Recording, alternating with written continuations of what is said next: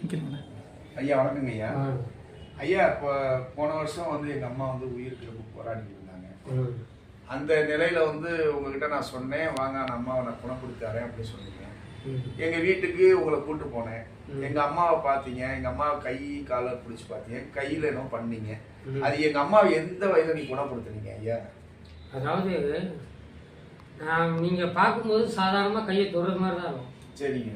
ஆனால் தொட்ட உடனே அந்த நரம்பு தெரிக்கும். சரி.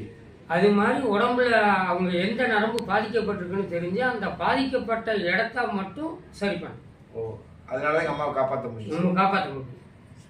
செஞ்சு காட்டுங்க, செஞ்சு காட்டுங்க எப்படின்னு. இப்போ நான் இப்போ உங்களுக்கு இந்த வர்ம கலைனா இப்போ செஞ்சு காட்டுறேன். அது ரிசல்ட் என்னன்னு சொல்லுங்க. உள்ள சொடக்கு மாதிரி விழுதுங்க ஐயா. சொடக்கு மாதிரி விழுவும். ஆமாங்க. இந்த எந்த நரம்பு பாதிக்கப்பட்டிருக்கோ அந்த நரம்பை எடுத்து விட்டா சரியாயிடும். அவ்வளோதான்.